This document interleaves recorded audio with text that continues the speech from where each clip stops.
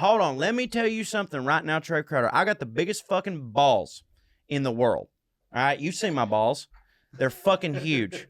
All They right? are huge. They're ridiculous. That painting Okay. right there, you can see them. So my fucking balls are so huge that they are uncomfortable. I can't cross my legs without thinking about it. You know what I'm saying? Mm-hmm. Can't do it. When I sit down in the toilet, they fucking splash the water, all this shit. They are so uncomfortable. They are so impractical. They fucking suck. They hurt. I squish them all the time. But there's not one woman on fucking earth who is going to buy me a drink because my fucking balls are so goddamn big. Right. You know what I'm saying? Yeah. So I have the exact same problems that a big-titted woman has, except for none of the benefits. So I ain't trying to hear it. Okay, well, that's fair enough.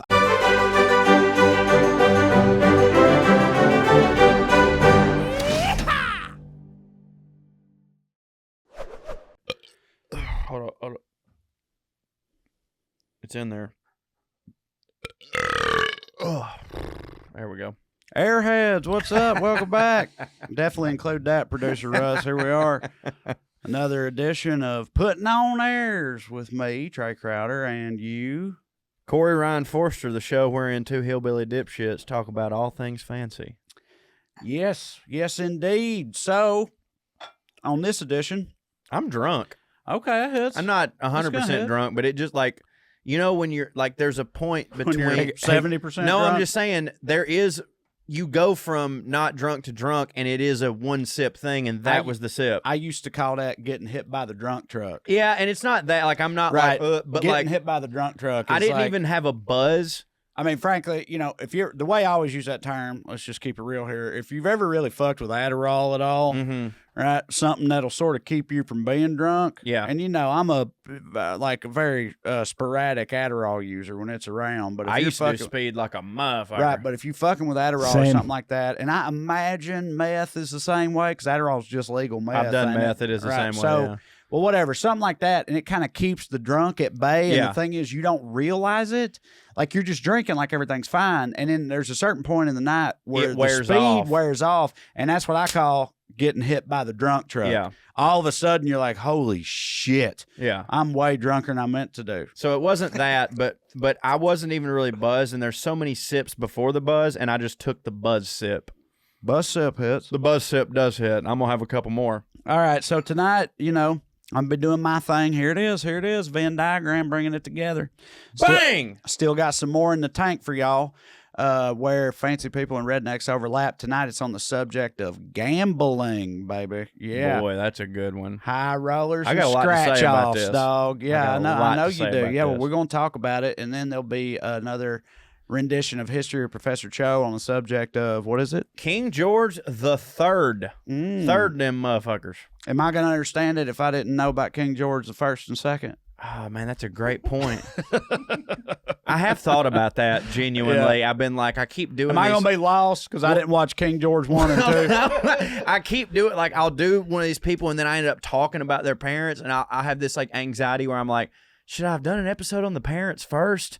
Because like I really kind of want to get into them. So like I am doing a little bit of world building here. That's fine, but no, they all stand alone. Yeah, but okay. that's the King George from the whole deal. The whole right? deal. He The was whole deal. He's the called King George that didn't hit for the all them, last king of America. all them tea people. yeah. Yeah. He didn't hit. Okay, so all right, well, For them. I'll have a meandering, nonsensical thing to say when it comes to telling you what I already know about him, since that is the king. But we'll do all that a little later. First, just a little fun thing I wanted to show you. Now, this is admittedly from a few years ago. You're going to know it's from a few years ago as soon as we bring it up for reasons that will be very obvious. But I found this article that popped up just kind of randomly the other day, and it cracked me up. And it's from BBC News, I think. And Big Black Cock News, for and the it record. says, the headline is, Meghan closes a car door and some people can't handle it. So Meghan Markle is married to Prince Harry. She apparently closed her own car door, which The Oh, that fuck. don't hit. You can't be doing damn. that. People lost their minds. Of course, they didn't all lose their minds, but plenty of people lost their minds. Some of them in a positive way. A lot of people were like, Good for her. Look how down to earth and humble Yeah. she is, closing her own car. They're they're not so different from us. Yeah. They close car doors too. And Which, I mean, she was one of us Right, she for a was. while. So And- that's why she did that. And then there were other people who were like, see, you could tell she don't hit. That's how you could tell she don't hit. She's out here closing her own car door like a goddamn peasant. Oh, my God. Like, and people were like, she broke protocol. Yeah. You can't do that. Protocol is you don't close your own door, goddamn it. That ain't how it works. You got a car door closer. You got a full-time car door closer. And what's she gonna put him out of a job? Now that car door closer, he can't work no more. Can't feed his kids. Whose door of a car is he gonna close if she's just out here closing? Whose door has your man been closing? I'm sorry. It's. I have a weird problem with this. I don't know that it's weird until I hear the problem. Like, having a problem with this whole thing is not weird, but go ahead.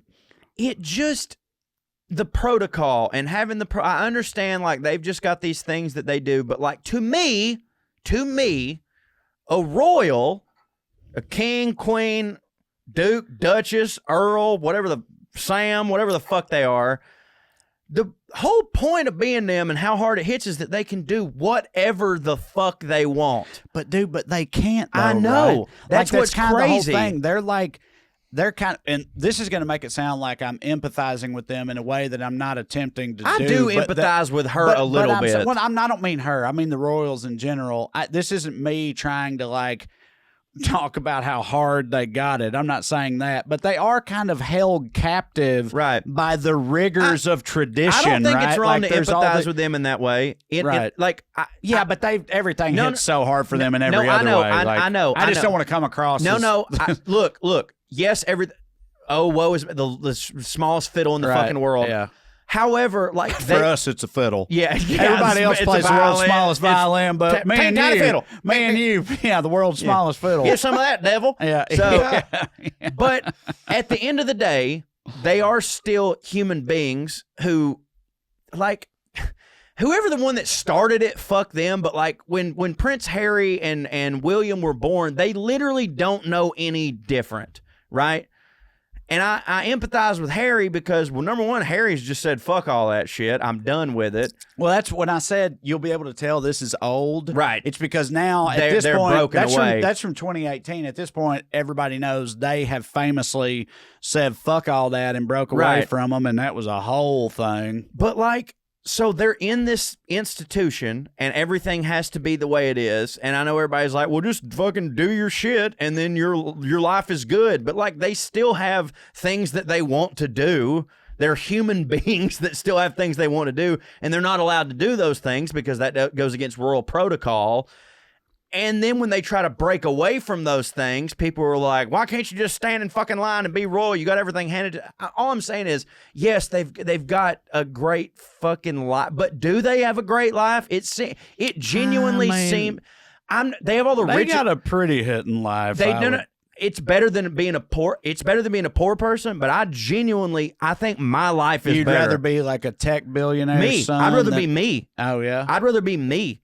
Like, I don't have billions and billions of dollars, but I have autonomy over my own fucking decisions and I make a good fucking living. I would genuinely way rather be me than be like if Amber was... You don't think being a prince would hit?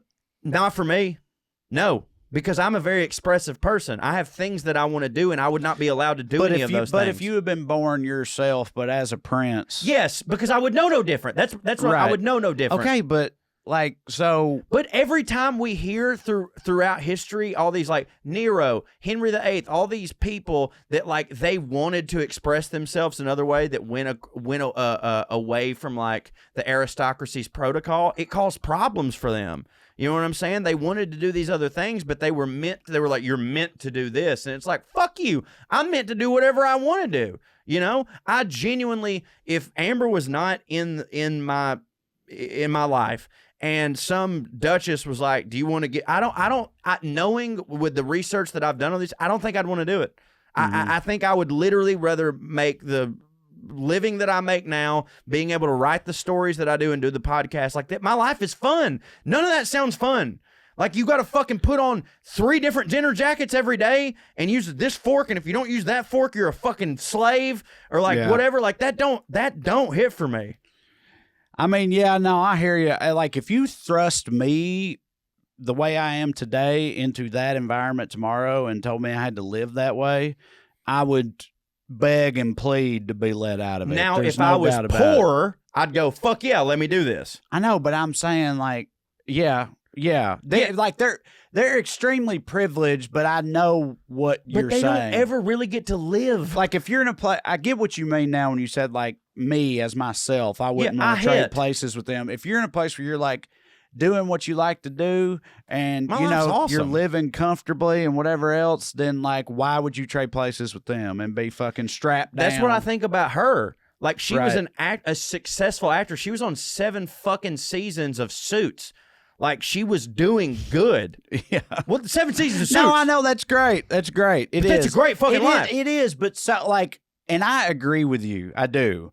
But I think so many people who are dumber than you would hear, like, 7 seasons of Suits compared with being a literal princess. But what more do you need? No, I know. Like, because I mean, maybe she just loves him, dog. I mean, again, that's not what I'm saying. That's not what the fuck I'm saying.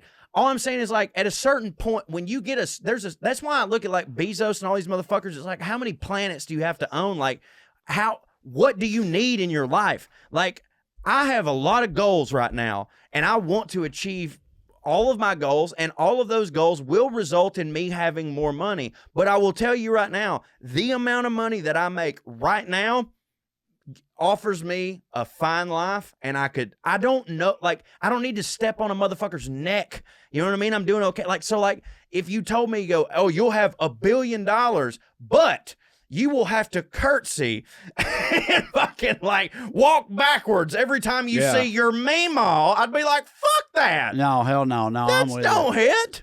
Yeah, no, I'm with you. I don't need any more money than I make right now either, and I'll go a step further.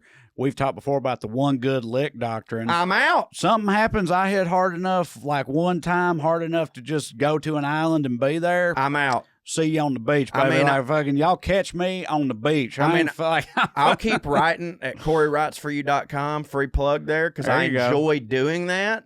But, like, as far as chasing the shit, like, nah, man. Like, I like, you know. Yeah, but I think I'm a lot happy. of people, what drives them to be the person they are in the first place, like you're talking about fucking Jeff Bezos or whatever, like, that thing that's in them, like, nothing's ever enough for those people. I know. And it's like a psychological thing. Like, nothing can ever be enough. Yeah, right. The only thing that matters to them is more. Right. But that's those the people only die thing so unhappy. That's the only thing they live for is more. Yeah, because when the only thing that matters to you is getting more, you literally can never be satisfied with what you have. My point is that I genuinely still do empathize with the people within the royal family who have aspirations to do other things. Yes. Because they're still a human being who did not ask to be born. Mm-hmm. And they don't know any different, you know? All right, y'all. Our next sponsor is Feels. Now, CBD is not about what you feel. It's about what you don't feel. Stress, anxiety, pain, sleeplessness. And Feels is a better way to feel better. Who don't want to feel better, y'all? We all do. Feels is a premium CBD that will help to keep your head clear and feel your best. It's hassle-free, delivered directly to your door. CBD naturally helps reduce stress, anxiety, pain, and sleeplessness. There's no hangover or addiction. Simply place a few drops of Feels under your tongue and feel the difference within minutes. The thing to remember about CBD is that finding your right dose is important, and everyone's dose is different. In fact, Feels offers a free CBD hotline to help guide your personal experience so that you find your own perfect dose. The Feels customer service team is dedicated to making sure you get the best use of your CBD. Joining the Feels monthly membership makes your self-care easy. You'll save money on every order, and you can pause or cancel anytime. Now, Cho, I happen to know you yourself are a massive devotee of the CBD life, right? Tell us about your experience with Feels. Oh, dude. I mean, I pretty much use CBD the same way as most people brush their teeth. It's just a thing that has to happen. It is a daily part of my routine. I started using it several years ago to help me relax more at night and also to help with my just overall restlessness and jitters and all that good stuff. And between that and a couple of breathing exercises, I think I finally got it down pat. But seriously, CBD is wonderful, and a lot of people are going to be thinking like, "Oh my God, I don't want to," but it's not. It's not the psychoactive part. It is only the good relaxing part of that plant. CBD. It's not like THC. It's wonderful. I love it. I frankly don't go a day without it and do not plan on it. So you need to start feeling better with Feels. Become a member today by going to feels.com/POA. We're going to get you 50% off your first order with free shipping. That's FEALS.com/POA to become a member and get 50% automatically taken off your first order with free shipping. Feels.com/POA. Seriously, get on it, guys. It rules. Psst. Who's going to take care of your family if something happens to you? What would they do without your income? If you don't have a plan, you need to go to GoliathLife.com. Get a quick quote for more than 20 carriers. You don't even have to leave the house. If you need a medical exam, they'll send somebody to your house or office. You're in total control. You pick the rates, you pick the payments, you pick the terms. You're in total control, but it gives you and your family peace of mind. What if something happens to your income? Hurry to GoliathLife.com. Yeah. Okay. So, all right, let's get into talking about gambling, baby. Oh, yes. Here we go. Let's get into it. This time I'm going to hit my good lick. So, gambling is obviously both for rich people and poor people. It just seems like gambling hits for people. It's kind of like getting drunk and fucking. Yeah, plenty of middle class people do it too. Yeah, pretty much every class of people gambles. Love gambling. But with rich people, they gamble in a whole nother level. Over a quarter of the wealthiest Americans spent over $25,000 on gambling over the past year, which for a wealthy person is not that much, really. But $25,000 a year for over a quarter of the wealthiest Americans is a lot of money because they like to be high rolling. Honestly, that number seems low to me for the richest Americans. $25,000 a year on gambling. Yeah, because I just figure some of them motherfuckers are dropping 25 a night. Well, they are. That's just people who don't even gamble.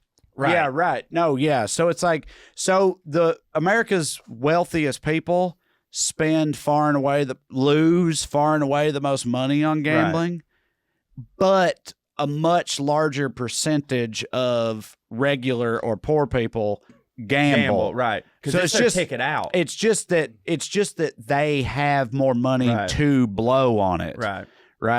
But yeah, rich people like being high rollers. Like for rich people, it's like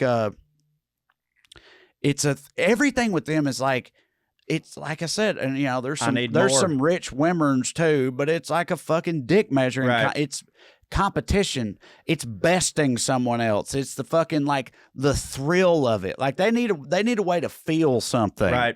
Do you know what I mean? And there's not a lot of ways that they can feel something. So you put $300,000 on a fucking pony or whatever, and that gives you feel something for once, because you don't ever have to feel the fucking terror of not being able to pay your light bill this month or whatever. You know what I mean? Like everything's fucking easy street for you. So you have to find a way to manufacture adversity or just challenges for yourself. And so a lot of them turn to wagers. I can't remember who it was, but there was an athlete who was talking about gambling, and they were talking about when you're gambling and you have a lot of money, they're like, what? He goes, it has to hurt. Actually, I think who you're talking about was Bert Kreischer, wasn't it? Yes. I heard Bert on Two Bears talking about he was saying with a high roller. And he might have been quoting somebody else. But I remember him saying, he was like, the reason I don't gamble is because it's got to be a number that matters to me, a number where it would hurt if I lost. Yeah. But if I won that, I don't know that it would matter enough to me to offset how much it would hurt if I lost. So I just don't do it. But some athlete told him, they go, it has to hurt. Yeah. It has to mean something. Yeah. So it's going to be mostly anecdotes from here on out, but I've got some pretty good ones. I found some stories of rich people, who lost big. And you know what? I'm going to come back to this guy. Let's skip this guy. So a lot of these things are people that they'll lose like $300,000 playing baccarat over the What's course. Baccarat? I don't even know. I've It heard ke- a it bunch. kept coming up Every a time lot. I hear it, I think of backgammon, and then I think of badminton, and then I, I think don't know what it is. I think of Burt Bacharach. But what was his big song? It was from Austin Powers. I know. I'm embarrassed to look say it I'm up. not cultured So enough. here's an example. There's this guy Harry Kakavas. I don't know. Also, if it Kakavas. isn't obvious, anytime I'm looking at my phone, I'm reading my notes here. Okay, I'm not just fucking looking at text. I know. Or whatever. I've actually been Porn. I've been wanting to like bring my computer in or like print. So it's everything more off so obvious that you're people- not just like Yeah, because like when I'm on my phone in public, I'm usually reading comic books or reading a book, but I know that every fucking boomer is looking at me like he's texting, you know, and I'm like, no, I'm reading an important thing. Yeah. So Harry Kakavas is an Australian super rich guy who made all his money in Australian real estate on the Australian Gold Coast. You don't hear about a lot of Australian millionaires. Oh, they got him though. Yeah. You know they got him, but he used to gamble up to $300,000 per round. He mostly went to the Crown Casino in Melbourne, where he lost $30 million total over the course of all the years. And then this guy, so like while he was going to the Crown, they used to like, they give him all these lavish comps, free rooms and all this stuff. They would send their private jet to his place to fly him to the casino. Yeah, of course. They give him $50,000 for free 'Cause to they know. start with I know. because they know. And so that guy ended up taking them to court because one time in one session, this motherfucker lost $2.3 million in 28 minutes. Oh my God! What on blackjack? Or, $2.3 well, no, not on million blackjack. in 28 minutes. It doesn't say which game he was 'Cause playing. He couldn't have been blackjack. Like, But yeah, so he took them to court and said they were taking advantage of him because he was a gambling addict, and they no, he's an idiot. So, but I mean, I kind of feel like that's a gray area with a multimillionaire. I'm not inclined to be sympathetic. You made millions. You're clearly not like you know what you're doing. Right. With a multimillionaire, I don't care as much. But I do think there's something to be said for them being like predatory or whatever. It's like you know, like with drug addicts, it's like saying Here's a the gambling taste. Here's the saying a taste. gambling addict. Yeah, right. So saying a gambling addict's like, oh, he's just a dumbass. It's like saying the same thing about a drug addict, where I do think that's a disease. Yeah, you know what I that's mean? fair. And it's like, but I think with a guy that's a multimillionaire, it's like I don't really care all that much. I mean, frankly. that's a whole different I can't- conversation. If we're gonna lump gambling addiction into regular addiction, I which, mean, I think a lot of people no, do, man. and by the way, if we're gonna do that, then you're correct. And casinos are basically like heroin lounges. I mean, that's why casinos, they post all over the place. If you have a problem, please. Yeah, they do right. that for like PR and They have to. liability purposes and stuff like that, because it is like they're like pushers, they're like drug Right. dealers, you know. And I think that shit is super real. But so he took him to court saying all this shit they were doing for him was taking advantage of him, you know, and everything. And They were making a hit.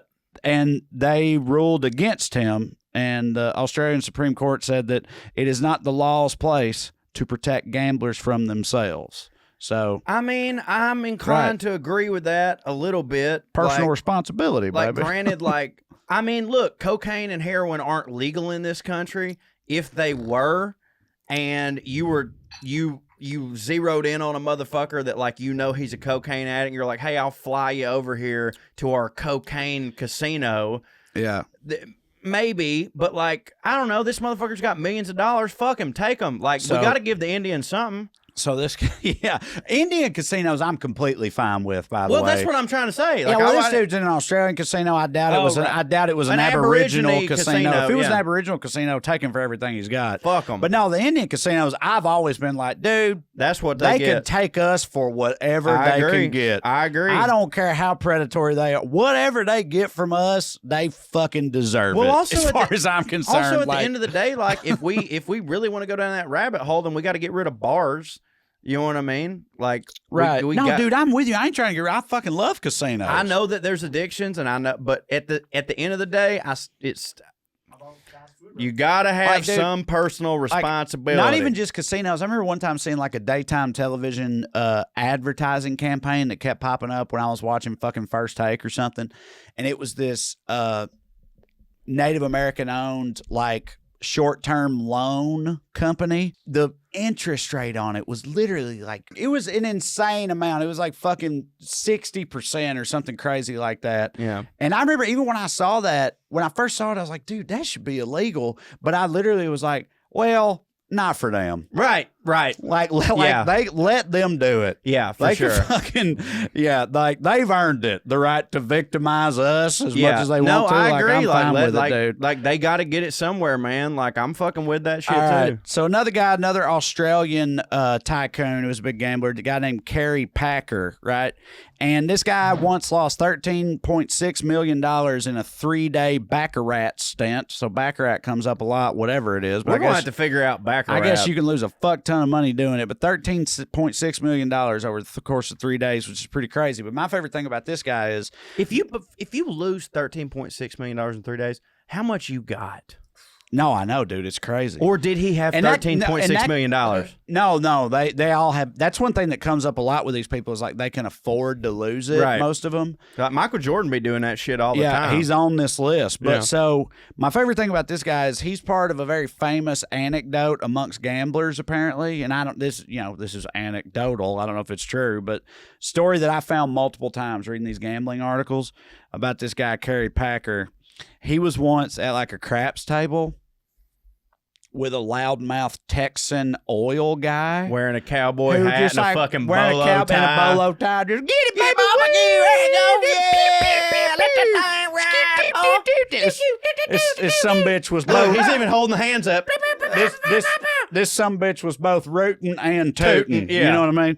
And just And a son of a bitch. just being a dipshit, right? Yeah. And he wasn't hitting for nobody at this high rollers craps table at this Texan. And Kerry Packer, the guy we're talking about, asked him, what he did or whatever. And then he asked him, how much are you worth?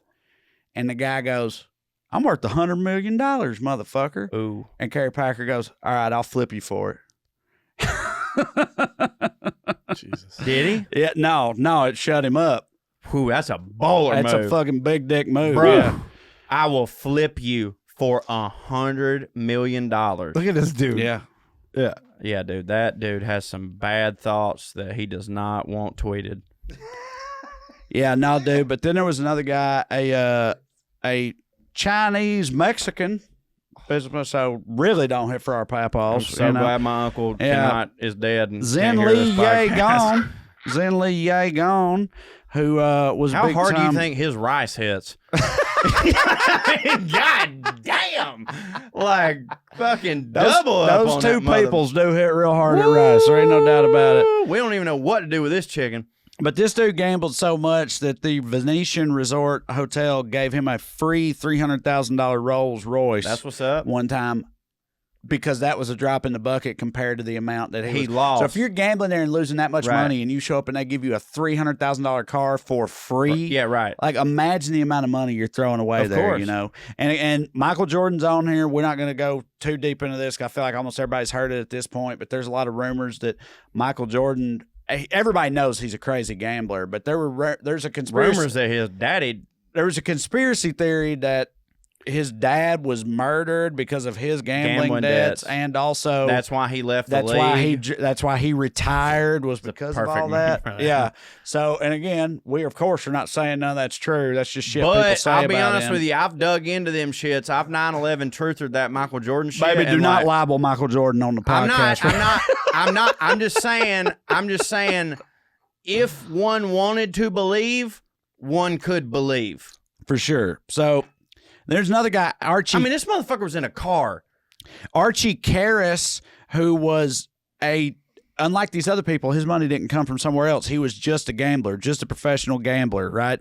And this dude won and lost tens of millions of dollars multiple times throughout his life. Like He did not know when to hold them. nor fold them. Yeah, but he got up to like $65 million at one point, lost it all, Jesus and then Christ. got back up to like 30 million, lost it all, and he did that like 4 or 5 Well, different that's times. the thing. Right? Once you get up, you gonna get down again. Right. Because they don't like walk the fuck away. See, like I'm a good gambler. I'm a great gambler. Like if I go in there and I hit and I get up, I fucking leave. because I'm not a degenerate and I don't have that addiction. No, I do this. Well, I mean, give myself honestly, a amount. honestly, There's Kenny. I mostly lose, but I'm great. I mean, blackjack is my game. I've won in one day when we were in West Hollywood, Me and not you West both. Hollywood. When we were in Hollywood, Florida, one time doing shows, I won $3,200 in one day on blackjack, and that's like the hittingest I've ever done. And what'd your boy hit on roulette? 1,200. Yeah, Sitting there in 10 minutes. that's right. And I won that $3,200. I won the first. I won $2,400 that morning, and then like $800 that night. But that morning I won $2,400. You were in your room, and I went up there and knocked on the door, and you opened it, and I hit play on "Can't Tell Me Nothing" by Kanye West. And I was butt naked in my and it was bed. like, and then when I walked in and threw the money up in there, And no, hold on. I ain't letting you get away with this. You picked up all the money, and then as you were leaving, you put $100 bill on my forehead and go, buy yourself something. yeah, no, I Yeah. I think what I said was, Daddy takes care of his boys. That's it. That's what it was. Daddy takes care of his boys. Yeah, that's what it was. So, all right, the last guy on the list. He was No actually- wonder my mom wanted to bang this guy, by the way. Look at that guy. look Come at on. fucking Kenny Rogers' son. Hell yeah, dude. There's a man who knew both when to hold them and to fold them. And to walk away. Sure did. So the first guy on the list who I'm circling back to now is a Japanese guy named Akio Kashiwaga, right? And this guy was a major gambler, a whale. A whale. A whale, that's what they call it, you know. And Why they call him that? Because it's just big. yeah. Yeah, right. Yeah, the high rollers are called I whales. didn't know if it was like an acronym and it was racist. No, like whale, like the animal whale. Yeah, They're whale. just a He's whale. he's a whale. Yeah. Yeah, a lot of meat on them. Yeah, you know? right. So he made a shitload of money, gambled like a motherfucker, and the exact nature of his wealth was unknown. He always listed his profession as just business. Yeah. Like, I just hit a business. I'm just Japan Y'all heard of business? Yeah. I hit that. Yeah. Japan business? Yeah. I'm the dude. I'm over that there. guy. I'm the best dude at Japan business you ever seen. Yeah. Hey, And y'all trying to motherfucker- do some Japan business? Yeah, call me. What's up? That motherfucker runs Nintendo. He ain't got shit on me. He's number 2 Japan business. I'm number 1 Japan business, right? So this dude regularly played Baccarat. Hook Here him it up is with again. the other dude, make some fucking insane rice. You know what I'm saying? Yeah. So here's Baccarat again. This guy played Baccarat for between $100,000 and $200,000 a hand. Gee. One hand. 100 to 200K, right? We got to find out what the fuck Baccarat is. Right. So here's a story with fucking Donald Trump, apparently. Oh, good. Kashiwagi made a special deal with Donald Trump at Donald Trump's casino. He was going to play Baccarat until he either won or lost $12 million, right? Kashiwagi was he was up by $10 million at one point, right? So he's almost at 12. Then his luck turned sour. He lost it all, plus an additional $10 million. So now he's down $10 million. And Trump reportedly cut him off at $10 million down, which pissed him off because I can't believe he did that. because he was like, no, I told you it's $12 million. right. One way or the other, you know? And Wait, so Trump was looking out for him? I mean, I guess. That's weird. But so they said that he once sat at a Baccarat table and played $100,000 a hand for 80 hours straight, right? Jesus, that's Doc Holliday. But here's the craziest thing about this motherfucker. Wait, 80 hours? How many days is that? Fucking more than So three, 36 three and is a half, 3 days. 3 and 8 hours, 3 days and 8 hours. No, 80? 72 is 3 days, right? Yeah, 72 is 3 days. Oh, so wait, 3 days I was and 8 thinking about hours. working hours. You're Right. right. You're right. So anyway, but here's the craziest thing about this motherfucker.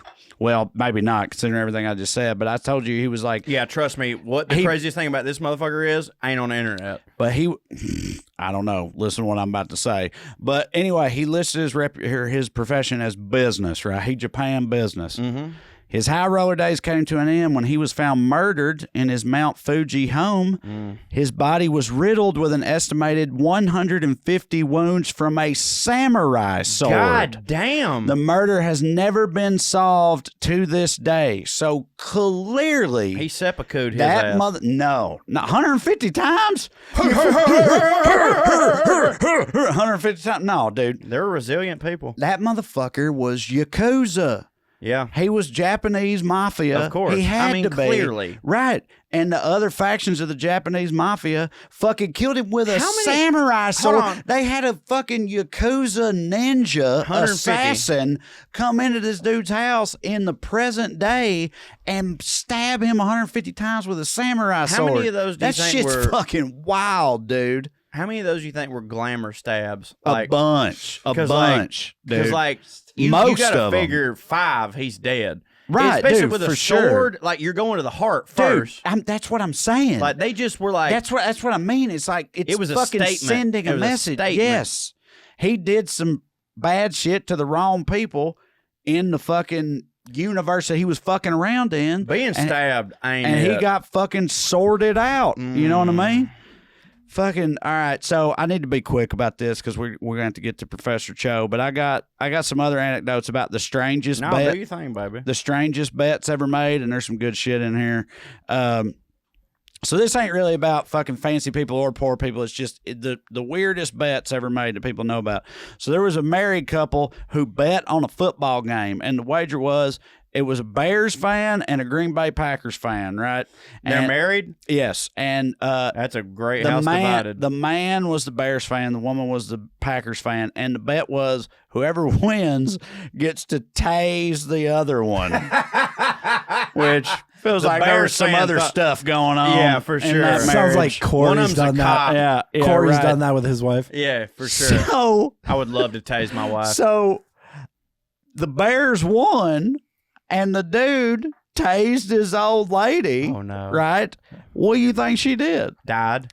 Called the police and reported her and reported his ass and got him arrested for felony possession of a weapon and fucking assault. Wait, you can't have What? a taser?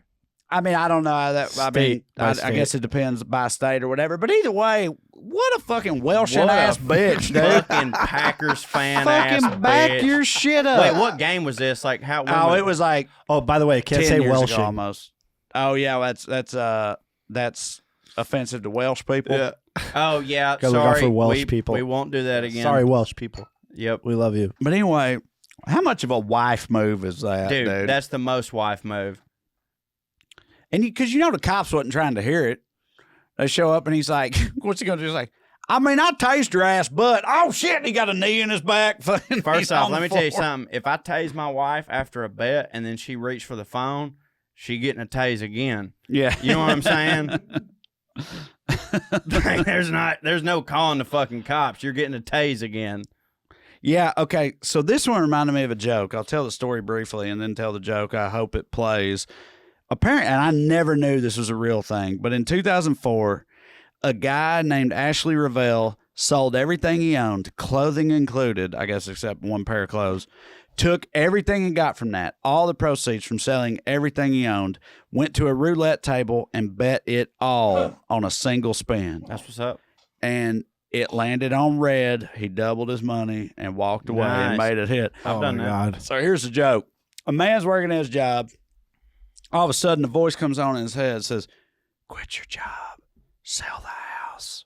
Go to Vegas. Quit your job. Sell the house. Go to Vegas. And it won't stop. He puts it off for a couple weeks. It keeps going. So finally, he acquiesces. Quits his job. Sells his house. Takes all the money. Goes to Vegas. He gets off the plane. The voice goes, go to the Bellagio. Go to the Bellagio. So he walks into the Bellagio and he's like, go to roulette table number 3. Roulette table number 3. He walks up to roulette table number 3. The voice says, put it all on 17 black. Put it all on 17 black. He puts it all on 17 black. They drop the ball. It rolls around and round and round and around. It finally comes to stop on 32 red. And the voice goes, fuck.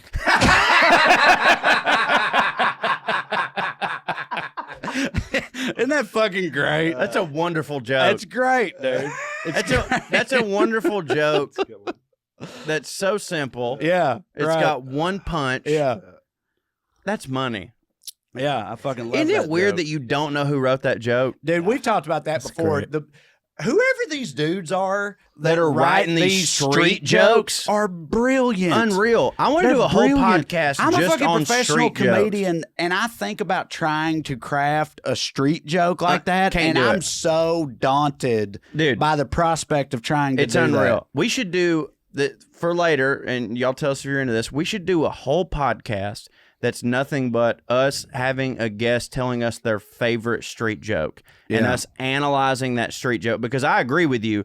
It makes no sense that the best jokes I've ever heard, I do not know who authored them. that. Right. The best jokes I've ever heard. I mean, you're right. Yeah. I do And not know all who of authored them. Every one All of them. Right. Yeah. They're way better than anything any crazy. fucking comic I've ever heard. It's crazy. All right, so I'm gonna speed through some of these.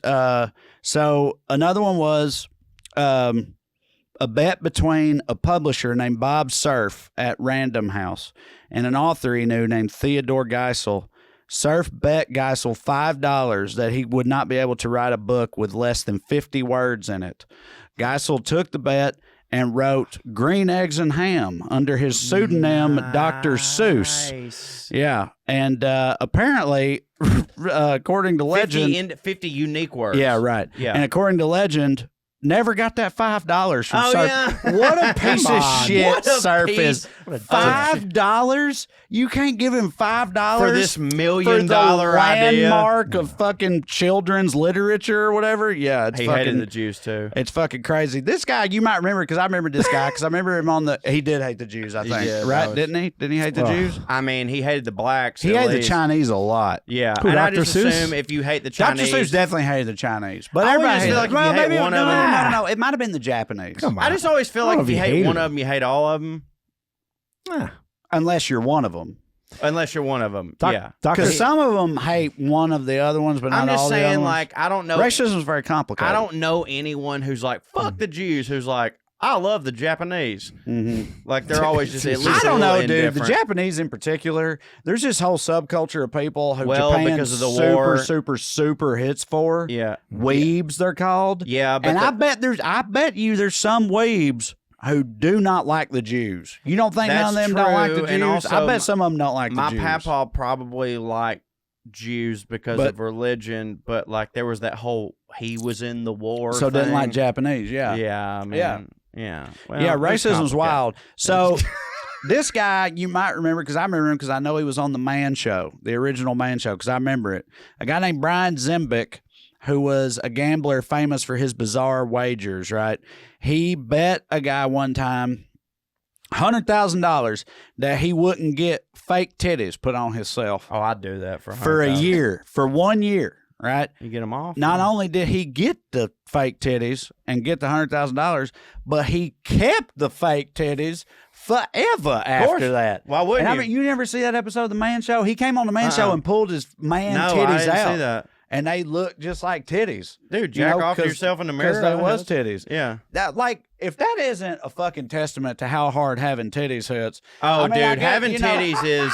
I mean, I guess for your back, you know. No, or I whatever, mean, but, they like, dude, say that. I think titties hit for everybody, even the like women, straight women, gay women, gay dudes, straight dudes. Like everybody Let likes me titties, fucking man. tell you something right now, Trae Everybody Crowder. likes titties. Hold on. Let me tell you something right now, Trae Crowder. I got the biggest fucking balls in the world.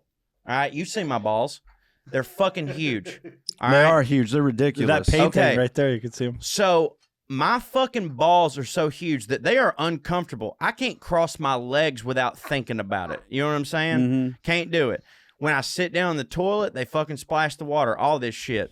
They are so uncomfortable. They are so impractical. They fucking suck. They hurt. I squish them all the time. But there's not one woman on fucking earth who is going to buy me a drink because my fucking balls are so goddamn big. Right. You know what I'm saying? Yeah. So I have the exact same problems that a big-titted woman has, except for none of the benefits. So I ain't trying to hear it. Okay, well, that's fair enough. I need to move on, so I'm going to stop with gambling. Actually, no, God damn it. Okay. We didn't even get to the redneck part. Every redneck we know fucking loves scratch Me, I offs, love it. bingo, fucking.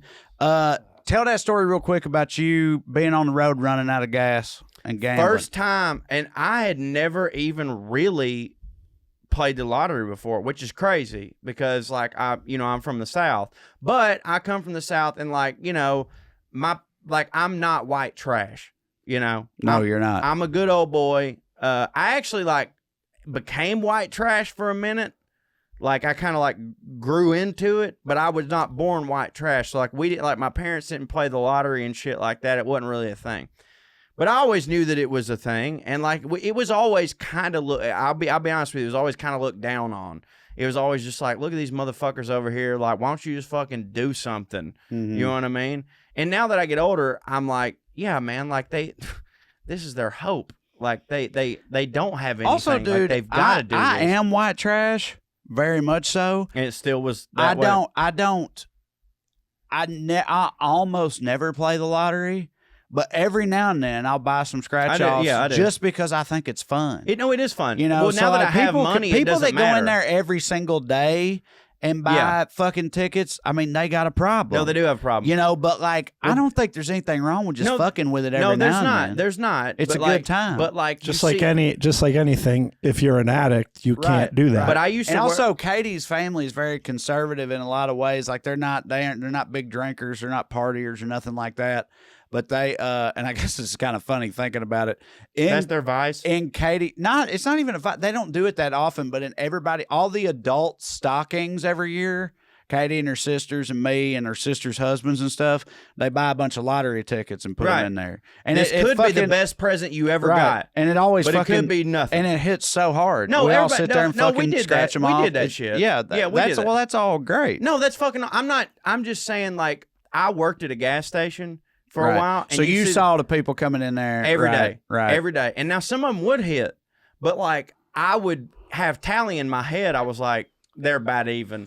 You know what I mean? Like they would break, and like they would come in, like if they won something big, they'd tip us. You know what I mean? They'd be like, because they'd come in, they go, what's hitting today? And we're like, well, the jumbo bucks here, people have been buying the shit out of this, and it ain't hit at all, so it's due. You know what I mean? And they would get it, and they would go out $500. They'd come in, give me $10. So now that I've got a little bit of money, like when I go to the gas station every now and then, I go, $10 ain't shit to lose. It don't hurt to lose. But if I did hit that shit, that would be rad. So I'll fucking do it, get a free ticket. I usually let the free ticket slide for a while. But the first time I ever played the lottery, like all my friends have played it and shit like that, but I never played it. I'm in Athens, Georgia. We'd gone down for a Georgia football game. I cannot remember the football game. I don't even know if we won or we lost because we fucking same situation. If we won or we lost, I had the same time. You know what I mean? It was fun. So hanging out, I go down there with a certain amount of money. Like I didn't have a credit card. I didn't have a debit card. I didn't have none of that shit. So like whatever money I had was the money I fucking had, So like I would go, okay, this is how much it will cost me for gas. This is how much it will cost me at the bars. This is how much. And then I'll come. Okay, we're good. I go down there. We're drinking. We're having a good time. Well, somebody had some Coke or some shit like that. And I'm like, fuck it. I got to get the Coke. So I do. And then I'm like, okay, I've got this amount of money. I think that's enough to get me gas to the way home. Fill up my tank. Start driving. Well, God damn it. If I don't, I'm running out of gas. Come about fucking, I want to say Atlanta, Georgia, something like that. Close to Atlanta, Georgia, I'm running out of gas. I'm like, fuck, man. I wasn't bare bones in it, but I was like, I had to pull over because I was like, I had to think. I was like, I don't know what the fuck I'm going to do, man. Like, we don't have any money. How the fuck am I I can't call my dad and say, come pick me up in Atlanta. So I pull over at the gas station and I just go, fuck it. I had $5. That's all I had. Was $5. No, that's not true. That's not true. It was a lucky 7, so it was $1. I had $1, and I walk into the gas station and buy a lucky 7, and I'm like, we're gonna see. Scratch that motherfucker off. $700 fucking dollars. Gas. Boom. Home. Had enough to get back to Athens the next goddamn weekend. And I have been that lucky my whole fucking life. That's true. That's such a you story. See, if you was real white trash, you would have walked back in there and been like, let me get me 20 of them number 5. Exactly. I can't quit on a heater, baby. No, but like, I agree with that most of the time, but I had to get the fuck home. Like, I'm the can't quit on a heater guy in a certain situation, but like, I usually got my wife there to be like, why don't you just quit on this heater? 100% true story. I have seen him 2 different times. And if you understand gambling, this is wild. I've seen him 2 different times with my own eyes. We always, like, we go to the casino, we'll have a certain amount of money we're going to gamble with. And once that's almost gone, we're done. And we do. And we do. I've always done it. I've never gone past it. When that's gone, I'm done. Sports gambling, same way. 2 separate times, he had said, I'm going to gamble with this much, and he got down to $5 left or whatever, twice.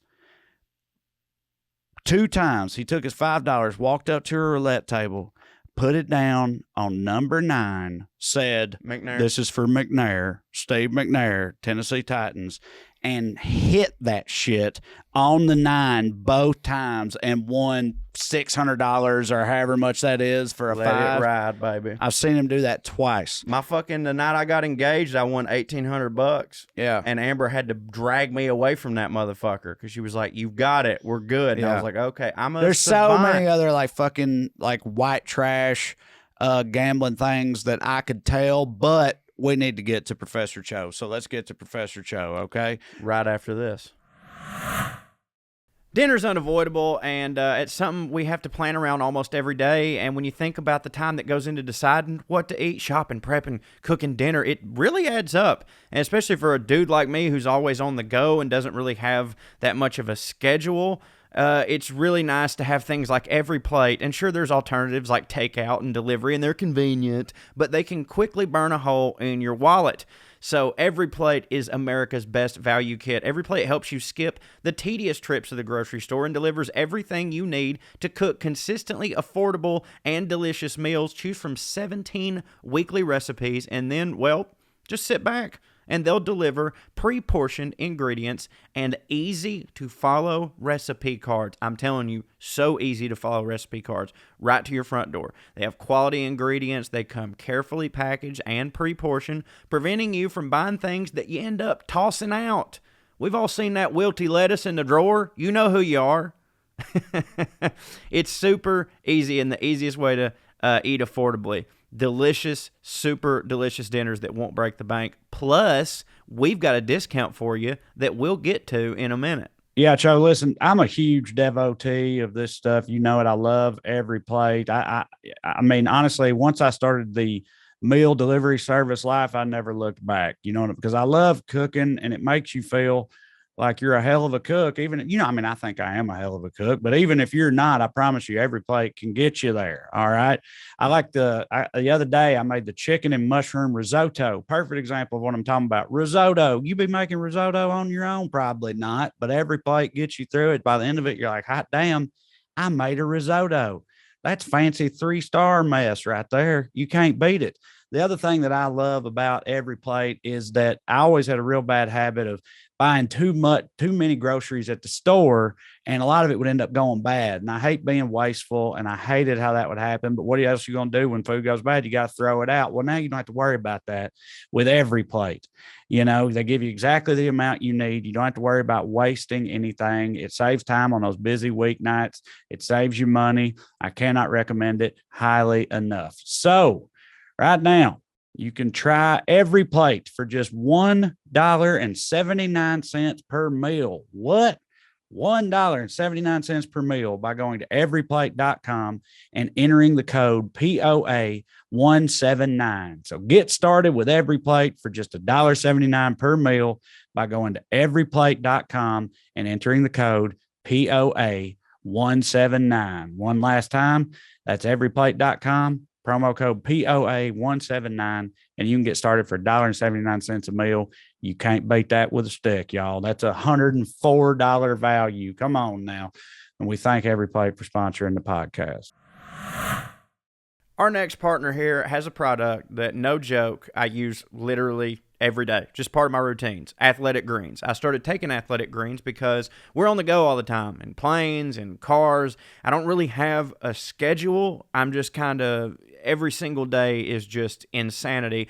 And I've been trying to be a little bit more nutrition first lately, and sometimes I just don't have time to sit there and get all the square meals and get all the nutrients that I need. And I also don't really like taking pills, says the redneck. But, you know, the vitamins they're gross tasting. They smell weird. But this stuff actually tastes great. It's got like a fruity taste to it, and been using it. And I absolutely love it. I feel better. I feel like I got more energy. It's just athletic greens is part of my daily life. Yeah, Cho. So what is this stuff? Well, with one delicious scoop of AG1, you are absorbing 75 high-quality vitamins, minerals, whole food source, superfoods, probiotics, and adaptogens to help you start your day right. This special blend of ingredients supports your gut health, your nervous system, your immune system, your energy, recovery, focus, and aging. All of the things, y'all. I personally take it because, you know, my gut's been the type to be wrong in my life, and it aids in my digestion, which is always much appreciated by your boy here. I'm a creature of routine. I get up in the morning, go in there, mix up some athletic greens, get it down before I do anything else. It's a great way to start the day. It's kind of green and earthy looking, but I would say it has a lightly tropical type of taste. It's very smooth and very pleasant, in my opinion. So I am a fan. Athletic Greens is lifestyle friendly, y'all. It don't matter whether you're keto, paleo, vegan, dairy-free, gluten-free, either way, it works for you. AG1 is a small micro habit with massive benefits. It's one thing you can do every single day to take better care of yourself. AG1 costs you less than $3 a day. That's nothing. You're investing in your health, and it's cheaper than your cold brew habit. All right. So right now, it's time to reclaim your health and arm your immune system with convenient daily nutrition. It's just one scoop and a cup of water every day. That's it.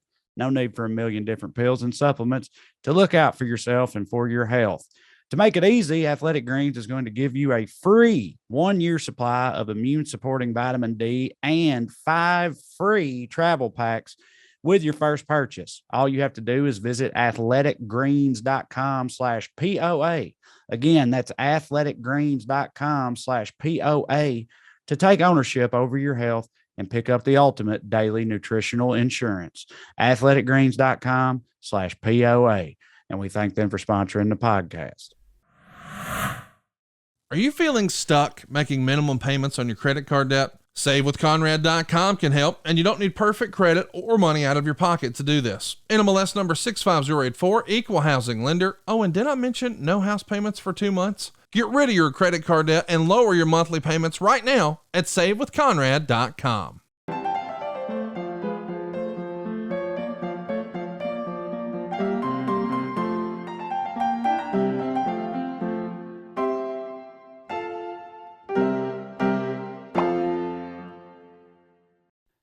All right, y'all, it's time for History of Professor Cho on the subject of King George III. George III. Who was the king in the American Revolution. Right? Last king of America. Last king of America. So, motherfucker loved taxation without representation. His tea pissed us off. Through it. Fucking he oppressed us with his tea. Mm-hmm. It was bullshit. And we handed him that L in 1776. Mm-hmm. That's everything I know about King George III. So go ahead. That is all very accurate. And we, of course, you know, me and you, all Americans, have always, everything that we've ever seen on this fucking dude is just, he is, I mean, what's the worst villain in movies? Like he's Voldemort. He's Voldemort. He's that fucking guy. And the more I'm reading about this son of a bitch, like, I don't think that he was that guy. Okay, well, one thing I didn't mention, because we talked earlier, like, you know, I've seen Hamilton a couple times because I'm cultured, obviously. But I, like, in other movies I don't really think of him as Voldemort. I think of him as more of like a sort of like pompous, aloof, privileged, and not present ruler who's just kind of, tell them what to do. I thus decree this. And That's- they were like, oh, America, that don't hit for them. And he's like, I don't care what hits for them. I'm King George. They are my subjects. I'm not saying that that's accurate. I'm saying I picture him that way as more than like a evil, tyrant. like an evil tyrant. Yeah, Yeah, right. and- That's the version of him that I have in my head. No, and that's actually probably more like actually how it was. Like I listened to, preparing for this episode, I listened to a lot of podcasts about him, and a lot of them were British podcasts, which for the record is crazy because I've never even thought about hearing it from an other perspective. Right? Yeah. Why would we're Americans? We're- we don't do that. Yeah. We're like, no, we won. Fuck y'all. But I'm saying like I I've ain't trying to hear nothing else. no, but like I've listened. Scoreboard, motherfuckers. But I've actually listened to like World War II from different perspectives and Yeah. stuff like that. But this one just always felt different to me because this is the advent of our country. Right, yeah. It has to be this. It has to be this. You know what I'm saying? Thomas Jefferson and them had to be right. There's no way that they're not. This is a fucking, it was a king. Kings fucking suck because we grew up with presidents and a fucking Senate and a division of power and all that stuff. So like we look at the monarch as like, that ain't it, which for the record, it ain't it. But because of that, I've always just been like, every single thing that I have heard is 100% true because it has to be. And it never crossed my mind to think about Thomas Jefferson and George Washington and all these dudes who owned slaves, Yeah. they were never assholes. You know what I'm saying? They were never assholes until I grew up. In your perception. In my perception, they were never assholes. Yeah, they were because heroes. They were heroes. Yeah, right. And I was listening to this one guy was talking about. I can't remember what his name was, but he wrote a book on King George III. It's Ante or something. He just wrote a King George III biography. So whoever that is, he's the one that did that shit. And he was talking about how just the hypocrisy of all that shit. And for the record, he ends up landing on America did the right thing, even though he's British. But I'm hearing it from this different perspective for the first time. And it's just fucking insane. You're going, oh, Thomas Jefferson was right. He wrote this fucking thing. The king's a fucking tyrant. And he talks about how, like, in the Declaration of Independence, there are 27 clauses or whatever. And in his mind, even though America did the right thing, only 2 of those clauses were actually fucking true. Like about him being a tyrant. The rest of it was just wartime propaganda. Mm-hmm. And we don't think about that. That history is so set in stone. When we're thinking about like Trump and fucking Ukraine and Russia and shit, we're all seeing every single side that's happening right now in real time. But that shit was printed on a fucking piece of paper, and this Right. is the shit that America is, and by Right. God, it has to be fucking right. Yeah, history's written by the victors, man. Of course it is.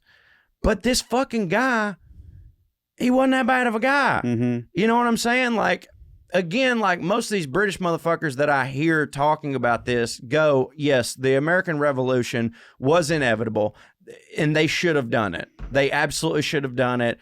British motherfuckers have been colonizing people forever. And even though that technically America was them and they Yeah. was us Mm-hmm. and all that shit, they were well within their rights to be like, you know what, man, we're fucking hitting over here. Fuck you. But when Thomas Jefferson writes about this guy as a complete tyrant, he wasn't really that. He was kind of, especially if we're talking about on this episode and further episodes where I'm talking about Nero and I'm talking about King Henry VIII, as far as that goes within the monarchical system, this guy was a fucking peach. I mean, he was Bernie Sanders. And I don't mean that in terms of like his actual like policies. I just mean that he was just a sweet fucking guy. You know what I'm saying? So he also suffered from mental illness. And there's the 2 things this guy is known for are losing America, which Didn't hit for them. no, it didn't hit for them. And also it's just not something that happened to them. Right. Yeah. Like, right. The things that we talk about in terms of like, oh, we look at it one way and it's really, there's 2 sides of the story. what we did was badass as fuck. Mm-hmm. We went against Believe that. But I'm saying, like, I'm sitting here telling you, like, look, man, it's not all that was written down. Thomas Jefferson owned slaves, but our fucking revolution was bad fucking ass. And I'm, Hell yeah. And but I'm saying I've always believed that as an American motherfucker. But now listening to all these British podcasts, even they will say, they're like, that's fucking badass, man. They're like, you got that. Like the British Empire they didn't take L's. Right. You know what I mean? They did not fucking take L's. And like, y'all served us a L. That's pretty fucking badass. So he's known for like two things, which is A, losing America, which is crazy. And two, they called him the Mad King, which is unfortunate because what he suffered from was depression.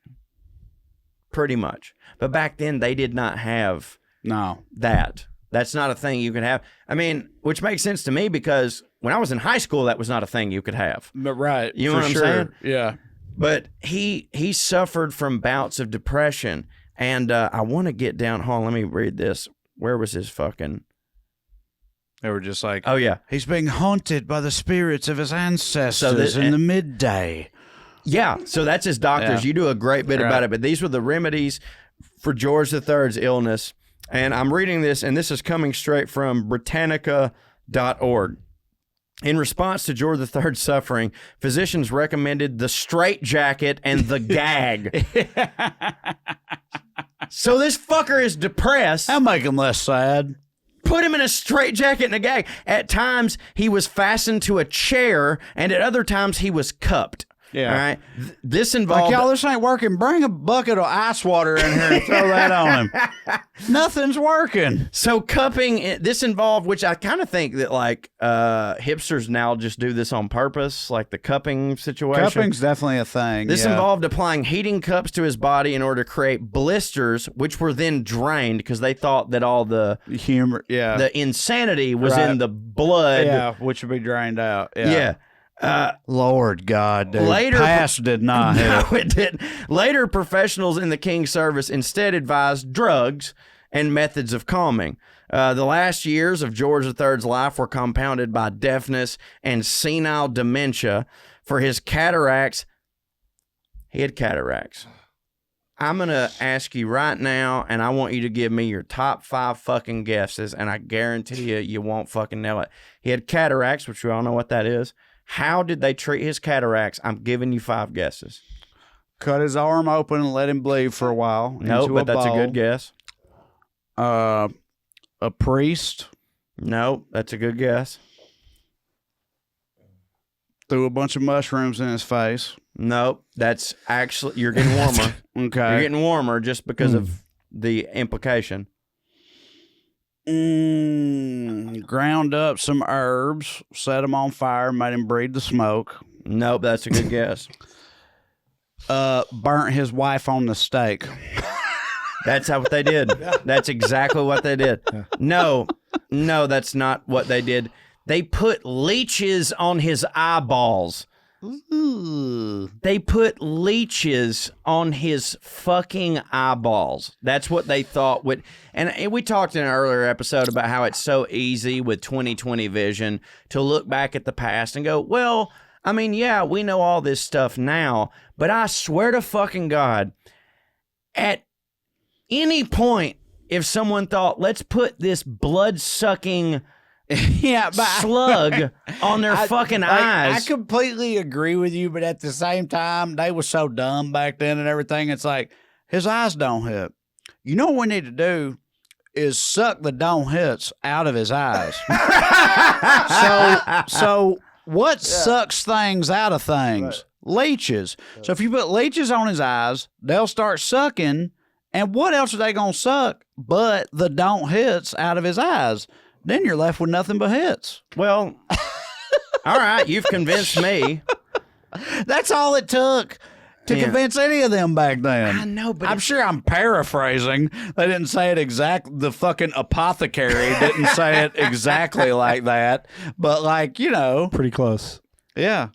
Did you also know, Trae, that he was Britain's longest reigning king? No. It is true. He was Britain's longest reigning king. King. Not queens. Okay. Not queen. All right. King George III is the longest reigning of Britain's kings, though both Queens Victoria and Elizabeth II celebrated diamond jubilees in commemoration of 60 years on the throne. George III died 9 months short of his anniversary on 29th of January 1820. So as a king, he is the longest reigning monarch. He also is the motherfucker that turned Buckingham House, fuck a house, House don't hit. into Buckingham Palace. You know what we need? A palace. A palace. I'm a fucking king. What I'm doing living in a house? You goddamn right. Buckingham House? This shit ain't even a manor. Fuck a manor. Palace, bitch. Palace. Make this a palace. In 1761, George III purchased Buckingham House as a private residence for Queen Charlotte, close to court functions at St. James Place. Queen Victoria was the first monarch to take up residence there. The building is now known as Buckingham Palace, and it remains the primary residence of George III's great-great-great-great-granddaughter, Queen Elizabeth II. I'll be honest with you, I'm kind of almost surprised that it's great-great-great-great. Yeah, right. Really? Because of how old they are? Yeah, because of how old she is and everything and how old he was. It's like, because, you know, that thing, like, we had that President John Tyler. Yeah, who still has a grandchild. He had 2 grandchildren, but one of them died. But John Tyler, who was a U.S. president in like the early 1800s or something like that, has a living grandchild. So I'm kind of surprised it's that many greats. No, that's actually, still wild. I'm kind of with you on that. So George III. But her dad died young and everything, so. Yeah, he did. I mean, he died in like 53 or and he wasn't old or nothing. So. I want to do an episode on him. I would like to also just do a watch along of the King's Speech, which has Jeffrey Rush ever done anything that didn't hit? No, not to my knowledge. Think about this. Best pirate in my opinion. He's the best part of Pirates of the Caribbean. Yeah, dude. And Johnny Depp murders. Yeah. But like Jeffrey Rush doesn't get like, what's his character in that? Barbarossa. Bro, that motherfucker. Yeah. Dude. Best start believing ghost stories. So you're in one. So George III loses America. There's the Declaration of Independence where, like I said, there were 27 charges against him, and only 2 of which people say are actually true. Is that, he was, trying to raise taxes and shit, but all this other shit, like, he was actually a pretty decent fella. Like, he liked everybody over there, and they just didn't want to do his bullshit. When he loses America, he writes a speech, and I would like to read that speech. Okay. If that's okay with you. Would you like me to read it in my voice? No. Or as George? Yeah. Okay. How would George III talk, you think? I here decree that... Okay. This is a letter on the loss of America written in the 1780s by George III. America is lost. Must we fall beneath the blow? Oh, have we resources that may repair the mischief? What are those resources?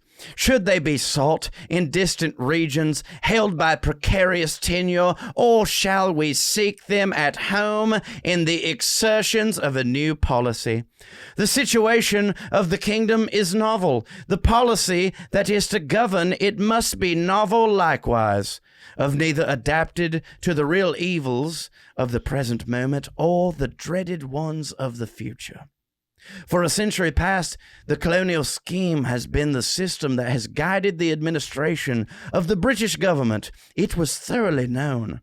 This is really hard. You're hitting.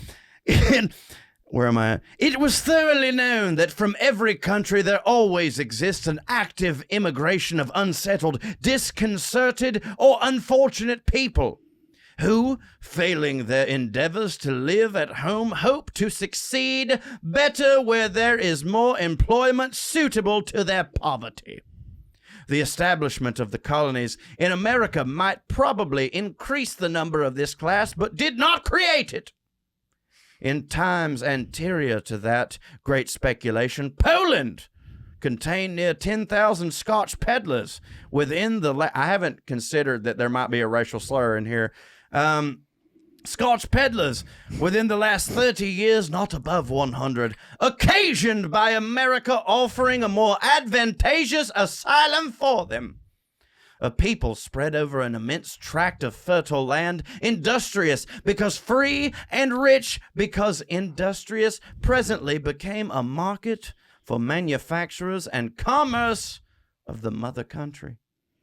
An importance was soon generated, from which its origin to the late conflict was mischievous to Britain, because it created an expanse of blood and treasure worth more at this instance it could be at our command than all we ever received from America. The wars of 1744, 1756, and 1775 were all entered into from encouragements given to the speculations of settling the wilds of North America. It is to be hoped that by degrees it will be admitted that the northern colonies, that is, the north of tobacco, were in reality our very successful rivals in two articles: the carrying freight trade, the Newfoundland fishery, while the sugar colonies added above 3 millions a year to the wealth of Britain, the rice colonies near 1 million.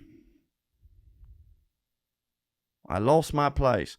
And the tobacco ones were almost as much, those more to the north, so far adding anything to our wealth as colonies were trading, fishing, farming countries that rivaled us in many branches of our industry and had actually deprived us of no inconcernable share of our wealth we reaped by means of others.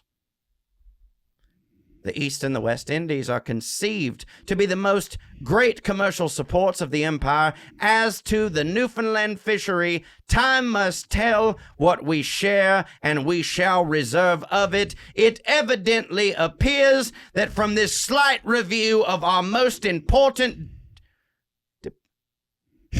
dependencies, that on them we are not to exert that new policy which alone can be the preservation of the British power, and consequence. The more important they are already, the less they are fit instruments in that work.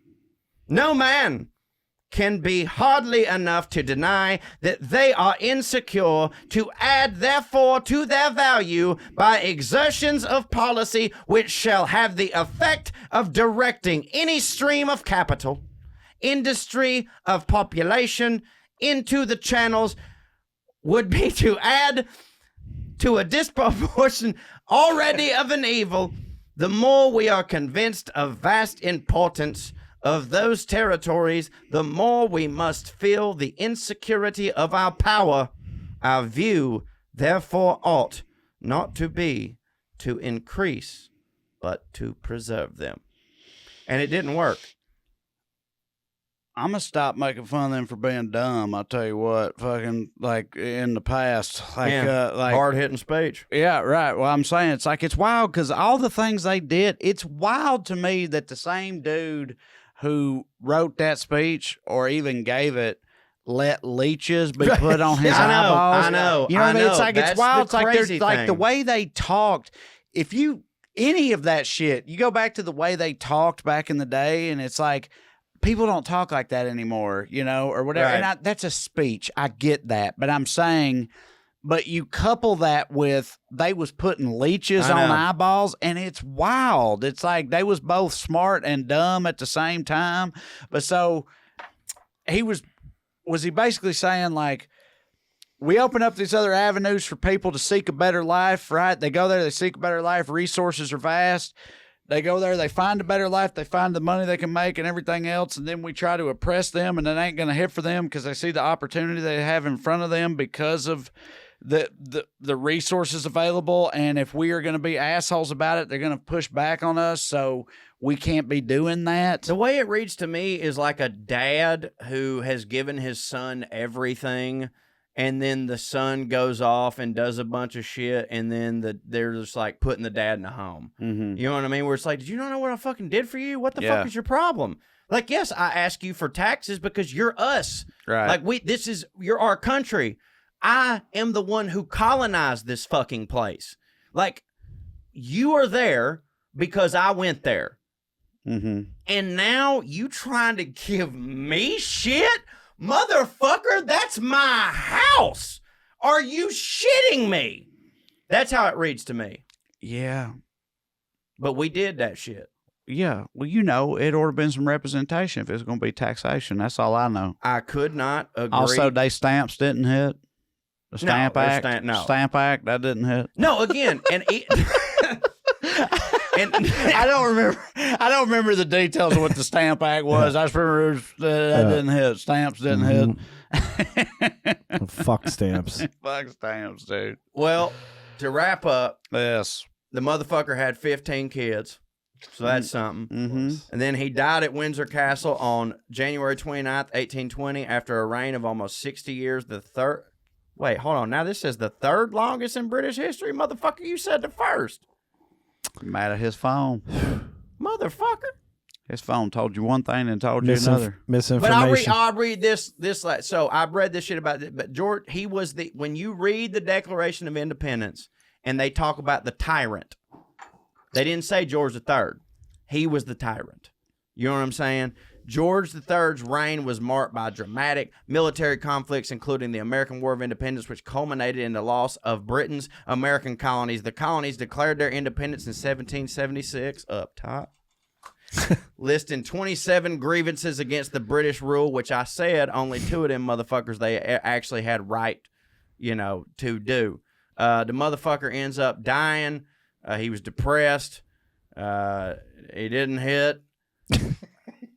He died at Windsor Castle, and Yeah. as George III. All right. Was sad, got wrecked, didn't hit. Okay. All right. But hold on for 2 seconds. I would like to say just this, and it's a sad note to leave on. He was depressed. But back then, they didn't know what that was. You know what I'm saying? Mm-hmm. They called him the Mad King. The man had true mental issues that he was trying to work through. So I could understand why it pissed him off when we threw his tea. Sure, but we had to do what we had to do. You know what I I'm saying? agree. Up top. Up top. Go America. Fuck them. Handing them that L. Mm-hmm. Take that L, England. All right. Thank you all very much. Like, subscribe, tell your mama and them. All that. Leave a 5-star 5-star review. review. Takes you 2 seconds. Means the That's world right. to us. Yes. And yeah, whether you watching or listening, either way, go and subscribe on the podcast app and the YouTube channel. Make a hit for us. It means a lot to us. It's very easy for you to do. So yeah, we appreciate you. And here's Clearing the Airs. Yeah, now time for another rendition of Clearing the Air. 1, 2, 3, 4, 1, 2, 3, 4. Royalty and rednecks are alike. They both like cutting and picking fights. Biscuits and baked beans where they don't belong. Sit on down with Corey and Trae and learn some fancy shit today. We'll laugh a little even when they're wrong. They'll take you to a magical place where if you call someone a cunt, nobody cares. They keep it debonair at Puttin' On Airs. Puttin' On Airs. Puttin' On Airs. Puttin' On Airs. Hi, Trae. Hey, Corey. Hey, Airheads. I didn't fart. No, you didn't fart. Well, I'm not, right in your butt. My face is not in your butt, so why would you fart? Yeah, time to clear the airs. First things first, Dr. Seuss was Jewish, so would like to rescind that little section of the podcast, if y'all don't mind. It's so y'all have just listened to the whole show, so you know what I'm talking about. There's a point in the middle where somehow Dr. Seuss gets brought up, and then Corey speculates. He goes, he hated Jews, didn't he? And I'm the one that said it? Yeah. Yeah, well, you asked the question, but you asked and you asked it in the style of, again, you were like, he hated Jews, right? And I was like, Dr. Seuss, I don't know. I know he hated Japanese. Maybe it was Chinese. He hated something like that. Which, like that, so, okay. I've got a couple of things to say about this. First of all, the Asian hate part of it is that's wrapped up in that whole Dr. Seuss getting canceled thing recently, because he had books where Asians were depicted in a horrifically caricatured way, in like a propaganda poster type way, because this is like the 40s in America and we're at war with the Japanese or whatever. And, Right. you know, we've all seen how they used to draw Asian Bugs people. Bunny did it too, yeah. Yeah, dude, everybody was doing it back then. You know, fucking the Japanese did not hit for us on account right. of war and stuff. So he has books that are absolutely racist towards Asians. Some of those books got removed from print, which causes the conservatives to be like, oh, you can't even hate the Japs anymore? What the fuck? I thought this was America, you know? Canceling Dr. Seuss now. You know, that's how they were. That's what they said. They got upset about it. So that's where all that came from. And then Walt Disney, he reportedly, Jews did not have for him. Also, I knew Henry that, Ford. yeah. Henry Ford, Jews did not have for. These guys are all around at the same time, whatever. So we're speculating. But the other thing I want to say about this is another one of those examples that I've brought up before, because it happens every fucking week, where I go back and listen to the episode for the first time since we recorded it months ago at this point, for these purposes. And every week there's at least one point. And this week it was that point. It was the Dr. Seuss thing, where present day me hears past us saying something, and in my head I'm like, fucking what? What the fuck are you talking about? Like, I'm literally like yelling at my old self, like, Dr. Seuss is Jewish. What the fuck are you talking about? And it's like, somehow present me always knows. Yeah. And past me Never knew. Never know. And I don't understand, because I'm the same person. It's not like I've looked anything up in the interim, you know. right. But yeah, I'm just saying, I Googled it to make sure. But again, I'm immediately, as soon as it came up, present me was like, what? Dr. Seuss is Jewish. Why? What the fuck are you? And then You just let me get away with it. I was like, is that? And I pulled my phone out and Googled it. And yes, Theodore Geisel, aka Dr. Seuss, was 100% Jewish. And Now, so presumably did not hate the Jews, as we opined in this episode of our ridiculous program. So anyway, that's the main thing I wanted to clear the air on. Listening back for my section, present me doesn't know anything different. I'm certain that we're going to get some emails at puttingonairs@gmail.com telling me how very, very wrong I was about King George III. But I will tell you this. What I thought was awesome, we did not do it on purpose that we did the King George III episode the week of 4th of July, but that's pretty cool. We did not, we just kind of keep running into some coincidences it's like weird. that. That's like, I can't remember the other ones right now, but this is at least the third or fourth time that's happened, where the episode was like, the one you talked about, the Queen, was the week of the Jubilee. That was one of them. And there was definitely another one too, where the episode just happened to align with whatever was going on in the world. We're not picking to put these out because of stuff like that. It's just happening. So there was the one cool. where this is completely different than an episode, but we did promos where we talked with our butts, and we filmed those, and I put it out. And that day, Prince Harry was photographed doing the Ace Ventura thing with his butt to a photographer. Yeah. Like, I'm just saying, like, we've got our finger on the pulse somehow, and we're not doing it on purpose. But like I said, I listened back, and past me I would say that past me is just as dumb as present me, is basically that. Because I know for a fact I got some stuff wrong. I've since seen the movie The Madness of King George, but it is a very, comically fictionalized account of his life. But I would like to recommend that to not only you, but everybody. It is hilarious. It was based on a stage play, and I just happened to come across it on Amazon. I was like, oh, this will be whatever. Helen Mirren plays the queen, as she just stayed doing. Different queen, but like if there's a queen to be played, Helen Mirren's going to do it. Yeah.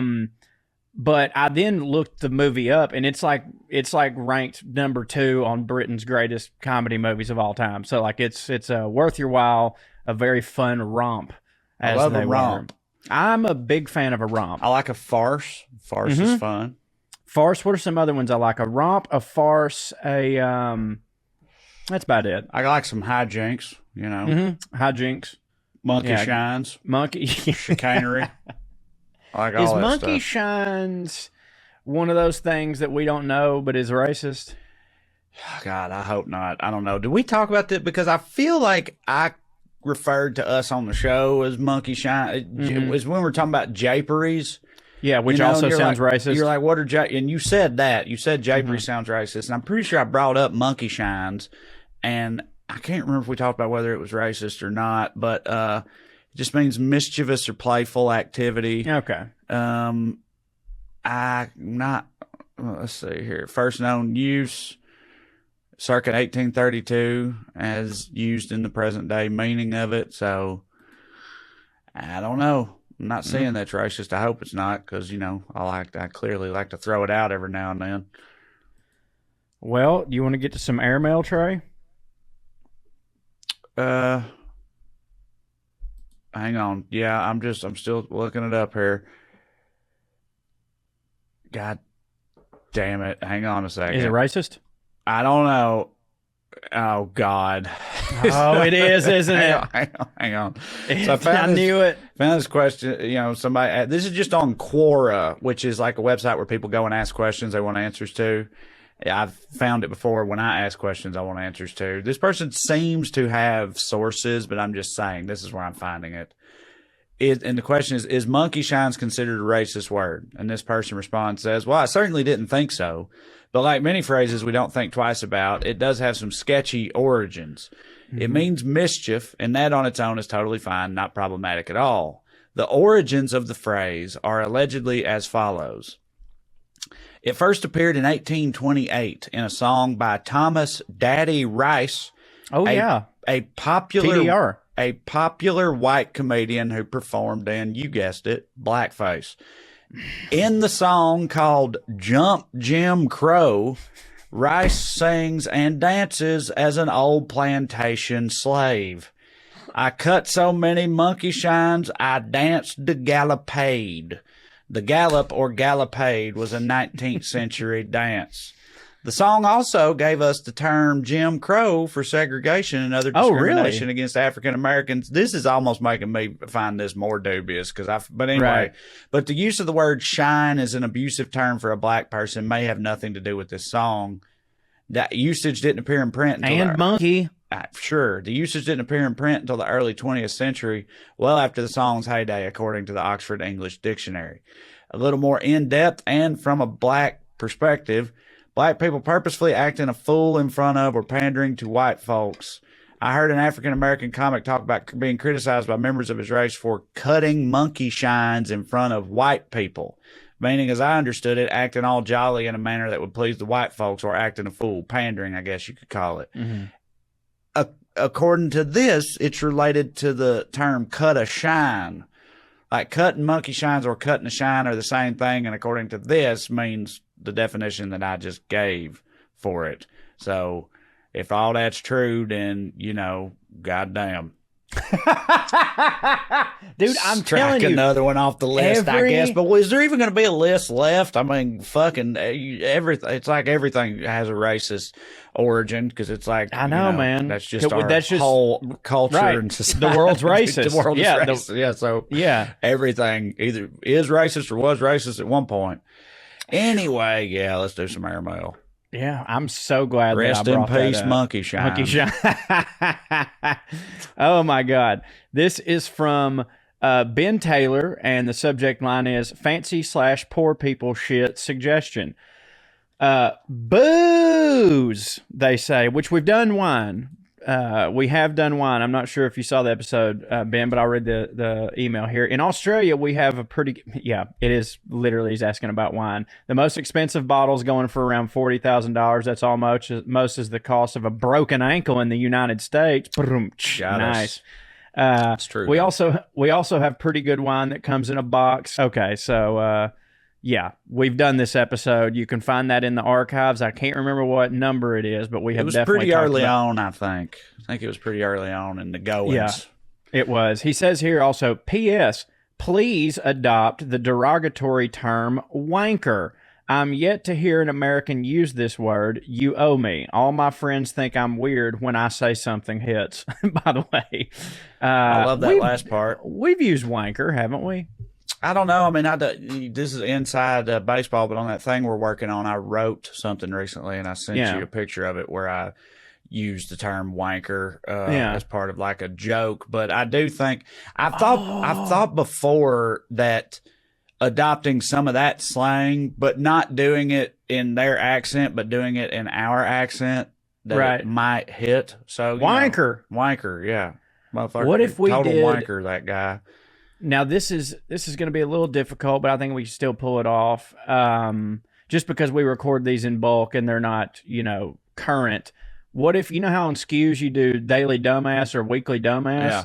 What if we did like wanker of the day? We had a little, where we find a dumb British, Australian, or French, or one of them over there that did something stupid, because it could also serve to get the word wanker in there, but also serve to show that, look, they got stupid people too, which would really help from our perspective. I'm into that. Let's table that. Currently, we could table it. I'm currently having a little trouble tracking the sort of like, what are these all fancy wankers? Because normally, if you're only looking for wanker activity, like in this country, I'd say if Florida, right, exactly. That's what I was gonna say. That you're talking about like Florida Man headlines. We'll do fancy wankers. Those people are almost never fancy, because fancy people, they do wanker shit, but then it gets covered up. Like Prince Andrew, he's Prince Andrew's so a we wanker. Don't find out about it because they pay people off, and so that's the challenge. But that's the challenge. It has to be a rich person doing something stupid, and that'll be the wanker of the day. Okay. So we're going to table that. We'll get some graphics. So thank you so much for that, and much love to you in Australia. That's so cool to see that Puttin On Airs is. I mean, god dang, son, we're all across the place, ain't we? This is from Eugene Johnson. The subject line is Pugilist Eugene Bullard. Good day, gentlemen. I watched your most recent episode the other day. Lord Pickle is hilarious. Hard agree.